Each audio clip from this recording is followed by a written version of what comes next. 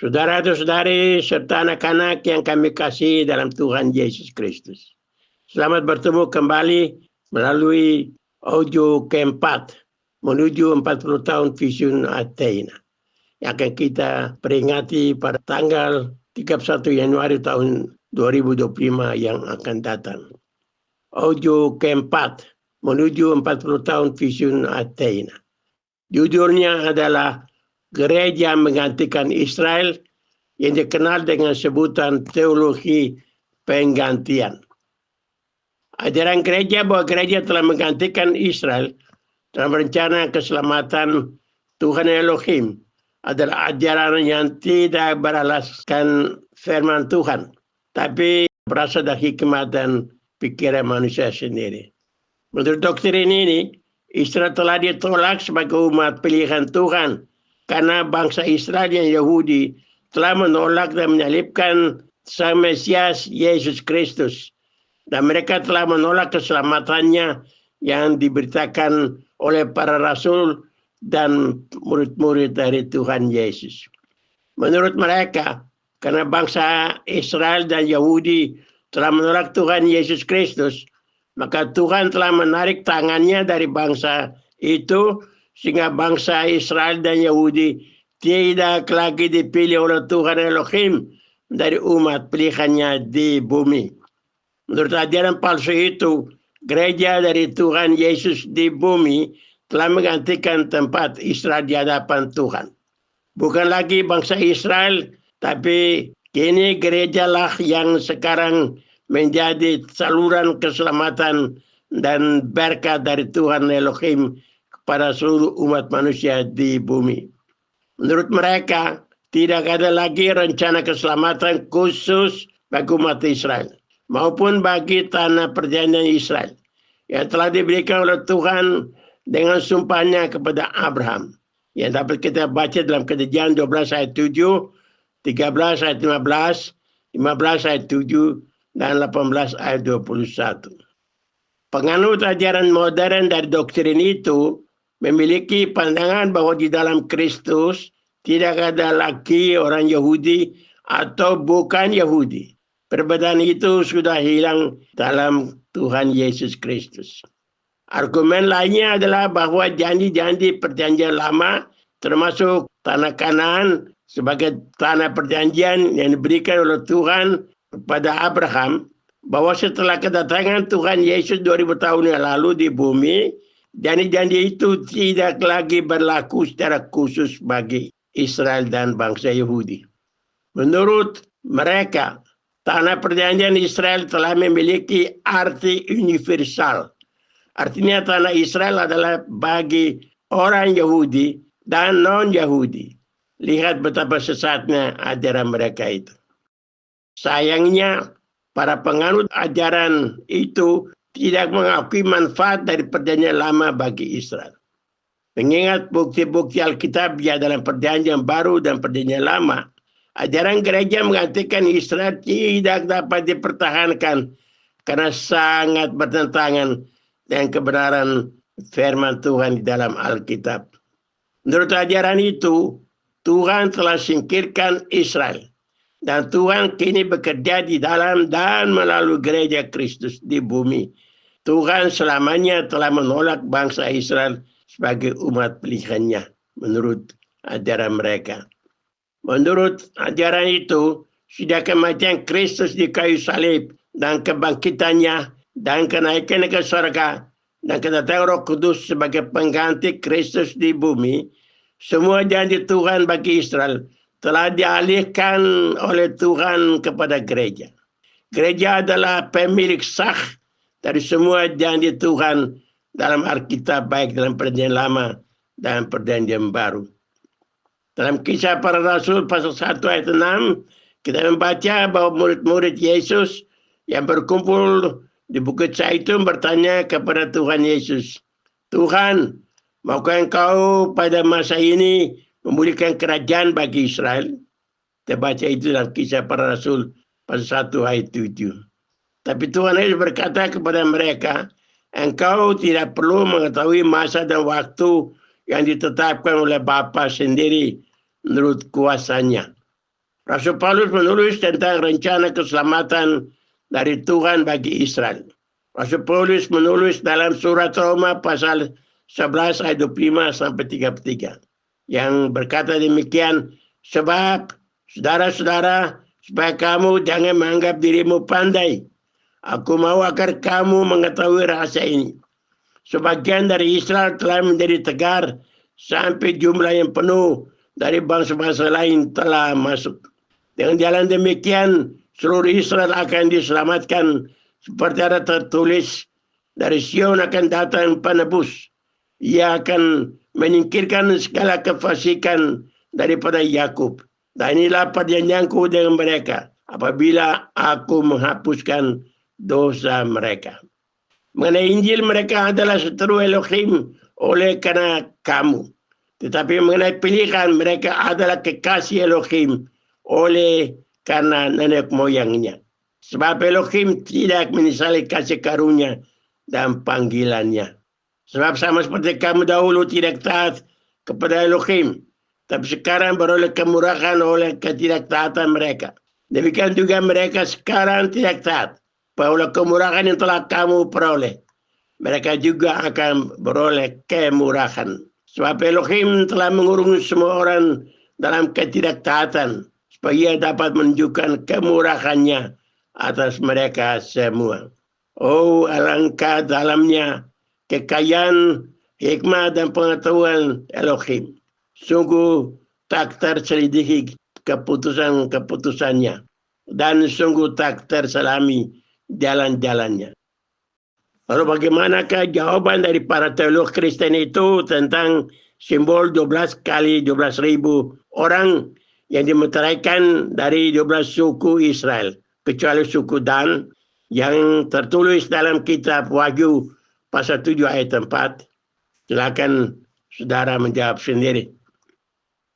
Teologi penggantian pada dasarnya mengajarkan bahwa gereja telah menggantikan Israel dalam rencana Tuhan. Penganut teologi penggantian percaya bahwa orang-orang Yahudi dan bangsa Israel bukan lagi umat pilihan Tuhan. Dan Tuhan tidak memiliki rencana masa depan yang khusus untuk bangsa Israel. Teologi penggantian mengajarkan bahwa gereja adalah pengganti Israel, dan bahwa banyak janji yang dibuat oleh Tuhan untuk Israel dalam perjanjian lama tidak lagi berlaku bagi Israel, tapi sekarang berlaku hanya untuk gereja. Pertanyaan kita yakni, jika Israel telah dikutuk oleh Tuhan dan tidak ada masa depan bagi bangsa Yahudi dan Israel, bagaimana kita bisa menjelaskan kelangsungan hidup bangsa Yahudi selama 2000 tahun terakhir, meskipun begitu banyak upaya dari kerajaan-kerajaan dan negara-negara dan pemerintah-pemerintah di dunia untuk punahkan habis bangsa itu dari permukaan bumi? Bagaimana kita menjelaskan mengapa Israel bisa muncul kembali sebagai sebuah bangsa dengan mendirikan negaranya sendiri pada tanggal 14 Mei 1948 setelah bangsa Yahudi dan Israel tidak ada selama hampir 2000 tahun. Secara Alkitabiah, gereja berbeda dari Israel.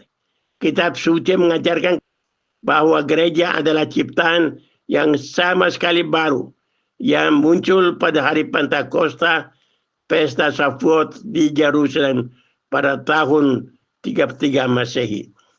Gereja tidak pernah menggantikan Israel dalam rencana Tuhan Elohim. Tidak pernah. Lalu apa sumber teologi penggantian? Di konferensi besar gereja di Nicea pada tahun 325 Masehi, di bawah pengawasan Kaisar Konstantinus, gereja secara resmi telah memutuskan hubungannya dengan akar Yahudinya. Dalam konferensi besar dari gereja di Nicea pada tahun 325 Masehi itu, gereja memutuskan untuk merayakan pesta Paskah dari gereja berbeda dan terpisah dari perayaan Paskah bangsa Yahudi dan Israel. Rasul Paulus sudah mengingatkan kepada para pengikut Yesua non-Yahudi bahwa Israel adalah akar pohon zaitun sejati yang menopang orang-orang Kristen dari bangsa-bangsa non-Yahudi. Kita baca itu dalam Roma 11 ayat 18b. Dan bukan kebalikannya.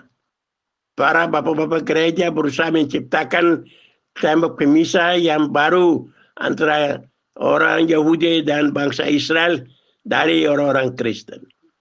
Contoh, Martin Luther sebagai bapak reformasi gereja bekerja keras untuk menyelamatkan orang-orang Yahudi di Eropa untuk menjadi orang-orang Kristen. Namun, semua upayanya gagal. Kemudian dia berbalik menentang orang-orang Yahudi dalam khotbah-khotbahnya dan tulisan-tulisannya. Walaupun Adolf Hitler yang membunuh 6 juta orang Yahudi dalam Perang Dunia Kedua di Eropa beragama Katolik Roma, namun Adolf Hitler banyak menggunakan khotbah-khotbah dan tulisan-tulisan dari Martin Luther untuk menindas dan membunuh orang-orang Yahudi di Jerman. Martin Luther pernah menulis dalam bukunya yang berjudul Orang-orang Yahudi dan Kebohongannya, menyarankan 7 tindakan keras yang harus dilakukan oleh orang-orang Kristen terhadap orang-orang Yahudi. Ketujuh tindakan itu sangat jahat untuk saya sebutkan di sini. Jika saya sebutkan di sini, Anda pasti sangat terkejut mendengarnya. Saudara dan saudari dan anak-anak yang saya kasih, teologi atau ajaran gereja sudah menggantikan Israel adalah ajaran yang sangat menyesatkan. Ajaran itu sangat menipu karena berlandaskan kepada setengah kebenaran. Pada hakikatnya, teologi penggantian juga menghapus hak bangsa Yahudi dan Israel atas tanah Kanan yang adalah tanah leluhurnya yang telah Tuhan berikan dengan sumpahnya kepada Abraham bagi keturunannya. Kita baca itu dalam Kejadian 12 ayat 7, 13 ayat 15, 15 ayat 7 dan 18 ayat 21. Tuhan Yesus Kristus telah datang di bumi untuk menyelamatkan bangsa Israel dan Yahudi beserta semua orang dari semua suku dan bangsa yang sepermukaan bumi yang percaya dan menerima Tuhan Yesus menjadi Tuhan Juru Selamatnya. Kita baca dalam Roma pasal 1 ayat 16 dan 17. Israel adalah mikrofon Elohim di bumi. Sarana yang dia gunakan untuk berbicara kepada umat manusia di bumi. Bangsa Israel dan Yahudi lah yang menulis kitab Perjanjian Lama dan Perjanjian Baru. Suku Yehuda dari bangsa Israel yang telah melahirkan Sang Juru Selamat Yesus Kristus di bumi. Tuhan Yesus sudah berkata dengan sangat tegas dan jelas kepada seorang perempuan kafir di Samaria, keselamatan datang dari bangsa Yahudi. Kita baca dalam Yohanes 4 ayat 22. Dan demikian teologi penggantian atau replacement teologi, bahwa gereja telah menggantikan Israel adalah instrumen dari iblis dan kuasa-kuasa kegelapan untuk memisahkan gereja dan orang Kristen dari bangsa Israel dan Yahudi. Reformasi telah melahirkan gereja Protestan yang disponsor oleh Martin Luther pada tahun 1517 dan didukung sepenuhnya oleh Johannes Calvin dan yang lain. Gereja Protestan sudah kembalikan Alkitab sebagai kitab suci kepada orang-orang Kristen, sehingga setiap anggota gereja dapat membaca dan mempelajari sendiri kitab suci itu. Sebelum itu, orang-orang awam dilarang sangat keras dengan ancaman hukuman mati bagi setiap anggota gereja yang kedapatan memiliki atau membaca kitab suci. Lewat reformasi, pemulihan Israel menjadi lebih nyata. Setelah reformasi, terdapat minat dan kecintaan yang luas dari orang-orang Kristen terhadap bangsa Israel. Pada pengkhotbah dari mimbar-mimbar gereja mengharapkan pemulihan kembali Israel, baik secara rohani maupun nasional. Artinya mereka kembali mendirikan negaranya sendiri. Cita-cita besar itu baru terwujud dengan proklamasi negara Israel yang merdeka dan berdaulat pada tanggal 14 Mei 1948. Pada tahun 2020, 4 tahun yang lalu, di Dimapur, India, sebuah kota di India Timur, telah diselenggarakan sebuah konferensi tentang Israel dan kesetiaan Tuhan kepada umatnya Israel.